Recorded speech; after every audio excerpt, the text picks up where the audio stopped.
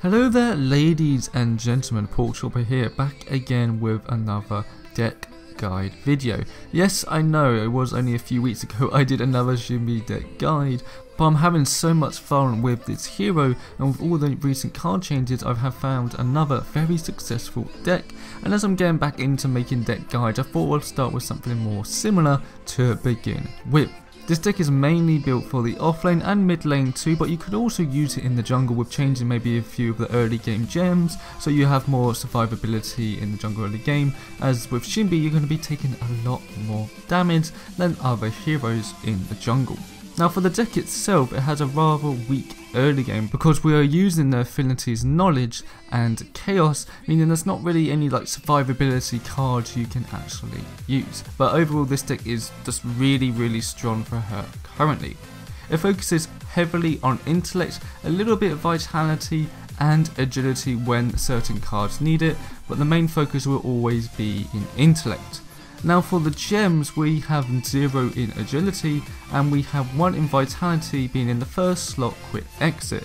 Then the other 5 are going to be in the intellect.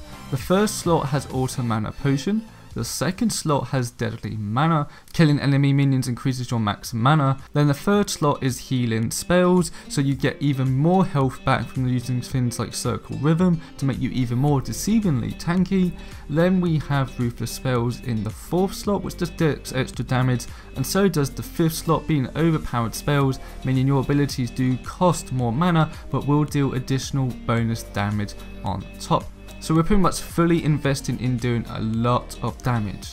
So the starter, I will pretty much always start off with Font of Experience, as it's probably the best card early game to get Shinbi leveled up quickly. Then Demolitionist and Advanced Evolution. It's really up to you which one you want to pick first. Advanced Evolution I would normally get because, especially if I'm in the off lane, it's the only thing that's really going to give me any sustain, and with Font of Experience I'm going to be leveling up rather well. And of course, if you don't know, Advanced Evolution makes it so every time I level up I get a bit of regen on my health and my mana for a period of time, and Demolitionist just helps with wave clear. So it's a very standard start. You know, again, it doesn't give you any survivability, so be very careful early game, especially in the off lane if you're against an aggressive safe lane Joe. Now we're looking at the early / mid game. A card I would pick up is Riot Sapper. If you don't know what the card does, it gives you ability armor and has the effect of Mana Bomb. When you activate it, it removes 20% current mana from a nearby enemy hero and then deals ability damage equal to the mana removed. The only reason I have this card here is to slot it in before I get another stronger card. I'm going to be building a bit more vitality and a bit more intellect to get a card called Corrosive Walker, so I thought it's quite a big gap to get Corrosive Walker, so I put something in the middle to make it so I'm not waiting a long time before I get another card, and that's where Riot Sapper came in. It costs 2 vitality and 5 intellect, and it's a pretty decent card. I mean, maybe better in mid lane role because you're going to be against another caster who will be using their mana a lot. I would swap Font of Experience out by this time unless you really like to keep it. I mean, it's completely up to you. I just feel by now Font of Experience has sort of had its use once you get to like level 7 or above. Then of course, when you have enough, you will be getting Corrosive Walker and getting rid of Riot Sapper. The main reason I get Corrosive Walker is for the stats and the ability, as well as it's such an amazing card for Shinbi. For the stats, it gives you around 400 health and a load of power too. This is fantastic to have, especially when we're not building that much vitality. It means that I can get very tanky with stats on cards instead, and of course power on a power build is always nice. Now the effect itself reduces ability armor of nearby enemies by 30 for 6 seconds. Now you can already imagine for Shinbi you get really close to enemies, use all your abilities, and then use the ultimate if needed to kill them off. So you can imagine going to an enemy that is more of a tanky hero, so like Quan and whatnot, who has a lot of ability armor. You can literally jump on them, use this card, and for a whole 6 seconds with your circle rhythm, with your dash, even with your ultimate, they will be dealing considerably more damage than you were before. A threshold for the card, and again I would keep Demolition and Advanced Evolution for now until I need to swap other cards out. Now we're going to go into a few final game builds. The first one has Corrosive Walker, which I've already explained, Amplification Engineer, which basically makes it when you cast an ability near enemies, it deals 8% of their current health as ability damage, and Glycerin Dawn, which basically has a fireball, you lock onto someone and it deals a damage and a little bit damage over time too. A really good card again to just burst a hero down as soon as possible. Now this would cost 4 agility, 24 whole intellect and 4 vitality, which is quite a lot, and again that's definitely one of your mid to very end game build.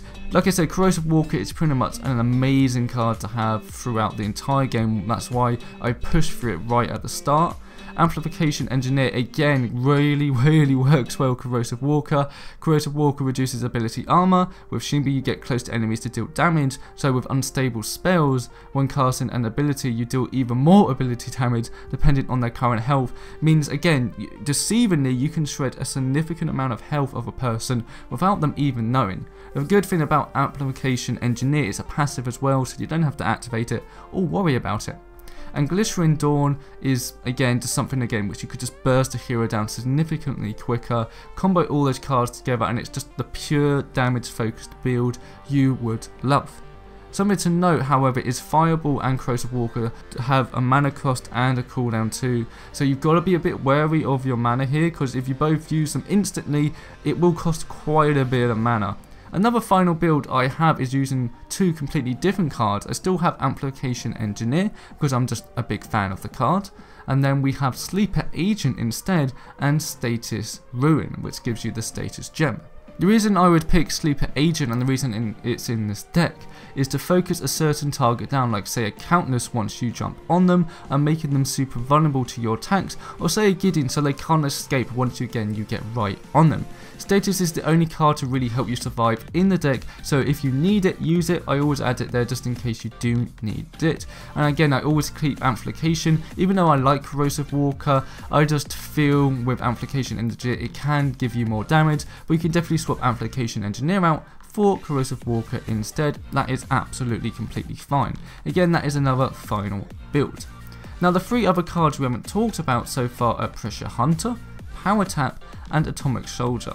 Now for Atomic Soldier you can pretty much add it to any build you want for the 2 final builds as well. You can add it in 100%, I mean it just purely increases your ability damage, so always great to have. It only costs 8 intellect, so I sometimes will slot this in while I'm waiting to get Corrosive Walker. Sometimes I'll slot it in at an endgame build instead if I don't want a certain amount of actives or something, and if I just want pure damage without worrying about activating cards. For Power Tap, I use it basically once I have my full build. I don't want to invest more points into attributes. I will just simply wait until I have enough gold, 4,000 gold, then quickly go back, activate Power Tap just to keep increasing my power, and then we have Pressure Hunter, which costs 7 agility. The only reason I have this in the deck is purely if I'm against a very tanky team, when they have maybe 2 to 3 tanks which are using a lot of vitality, and remember this deck doesn't use that much vitality at all, meaning that if I want to counter those tanky heroes, this card is an option. It means I do have to focus more on agility than say intellect, but it's still a really good card to have there, just in case, hey, I'm against 3 tanks, this build hardly focuses on vitality, and I already am using the Chaos Affinity. I would be pretty stupid not to add this card in, just in case that situation occurs. But that about does it for the whole build. It may be quite a lengthy video, I don't know how it's going to work out, but I hope you enjoyed it and understand each stage of it. Again, the main focus of this build, early game, you're going to struggle a little bit because of the affinities we have chosen for the mid to late game cards, which again focus purely on making sure Shinbi can get to her enemies and using cards to make sure you can do as much damage as possible as quickly as possible, and deceivingly have enough stats to make you more tanky than they think you are and deal more damage than you think you are actually capable of. The footage I have been showing you hopefully shows that for itself. But again, thank you all very much for watching, and if you do have a recommendation of a deck guide for me to do let me know. However, I doubt I'm going to be doing one until version 44 drops, as the game will probably quite change again once that happens, and I have loads of videos planned until then. So thank you all very much for watching if you have, and I'll see you next time.